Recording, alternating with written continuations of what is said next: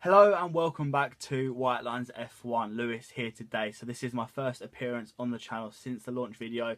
Ibs and Dylan are really busy with uni work at the minute, but I've been a good student and got all my work done. And today we are bringing back to you the race analysis for the 2018 Formula 1 season, starting with the Australian Grand Prix, which happened over the weekend. So I've been handed a lot of notes by the lads, in particular Ibs.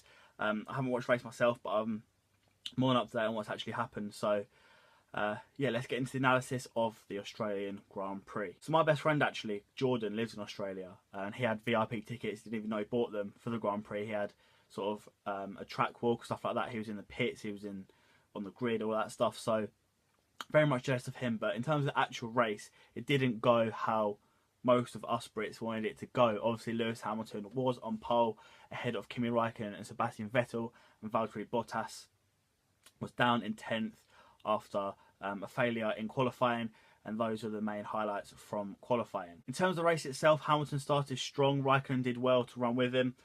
Kevin Magnussen of Haas was into 4th early, which is quite surprising. He caught Verstappen off guard, overtook him, and it was a good start for Haas. Both Red Bulls were running the harder tyre strategy, but Magnussen was ruining Verstappen's race ahead of him.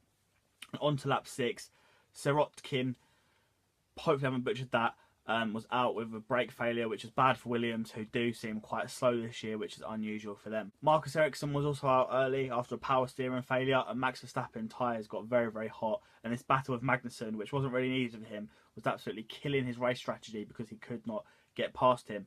Bottas also didn't have a great start. He was still down in 13th on lap 9. He started 15th. He's not managing to overtake people well enough, and he should have been further up by this point, Ibs says. Max Verstappen, his race strategy was being ruined by Magnussen, and he spun. He really, in the words of Ibs, his tyres. He went down to 8th.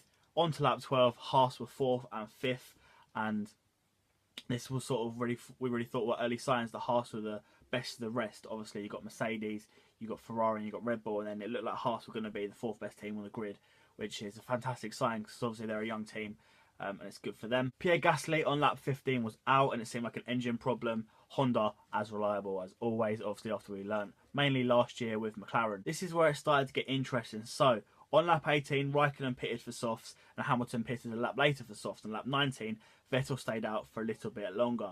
Sainz goes into gravel on lap 22, which gives Alonso free to overtake. Alonso moved up in the McLaren. Magnussen, after that early battle with Verstappen, was out. His rear wheel on the left was not attached properly after pitting, so maybe someone in the crew is in for a bit of hiding after that. It's such a shame after he was racing quite well, and Grosjean was out after pitting too as well, which was a massive shame also. This triggered the virtual safety car, which is where it all went down. So Bottas moved up to 9th, and Vettel overtook Hamilton after pitting. It was quite lucky because I think there was a lack of communication between Hamilton and his pit crew. Bit of an overtake there in the pits, and that is where it all went downhill for Mercedes and Lewis Hamilton. There was more pitting. Ricciardo went up to 4th, Alonso went up to 5th, Verstappen went up to 6th. He's now got Magnussen out of the way and made a full scale safety car. Things got tasty. Red Bull strategy was probably saved. We thought at the time it might have been because of the safety car. They could be the wild card to move forward on later in the race, we thought, but obviously that wasn't to be. But obviously it wasn't a great start after the spin for Verstappen, and obviously Ricciardo lowered down as well. So obviously Vettel overtook Hamilton, and the race was on between the best two drivers on the track. Hamilton was losing pace of Vettel when he got too close, and then straight away got pace again. So he was struggling to overtake, and just like last year, the Mercedes is unsettled, one in dirty air. And that, ladies and gentlemen, is how it ended.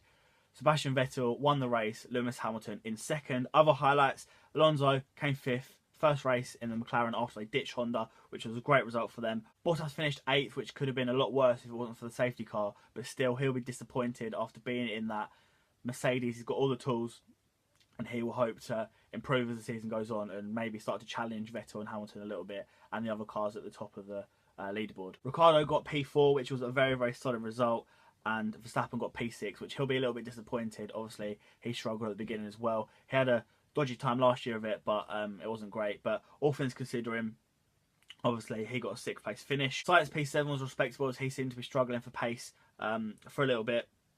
And Raikkonen P3 will feel a little bit robbed, obviously, after he finished in front of Vettel in qualifying. But Vettel finished ahead of him, even though Raikkonen was racing better. But Vettel was a bit lucky. He benefited from the virtual safety car, but he was the winner of the race.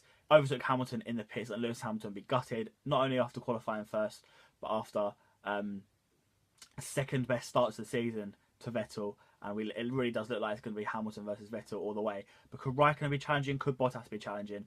We will see as the season progresses. I think it's clear that the biggest losers today were Mercedes, as they obviously started well, but Bottas just had a nightmare of a weekend, and then Hamilton was obviously overtaken because of lack of communication in Mercedes garage. But yeah, like I say, Vettel has got those early 25 points on the board, but next we will move to the next race, and we will hope, from our point of view anyway, my point of view, that Hamilton can push on and put ahead of Vettel early rather than having to do the chasing as he has to do a lot of the time. But yeah, that is the Melbourne GP done. Again, I'm very jealous of my friend Jordan, who got to walk the track, but you never know, one day we might have the privilege of doing that as well.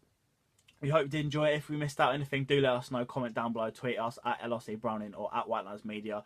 Again, Ibs and Dylan will be back very, very soon. Obviously, it's the Easter break now coming up. But I have been Lewis. That is your Melbourne GP race analysis, the Australian Grand Prix. Hope you did enjoy it. Please remember to like, subscribe, comment down below, follow all the stuff in the description, and I'll see you next time. Goodbye.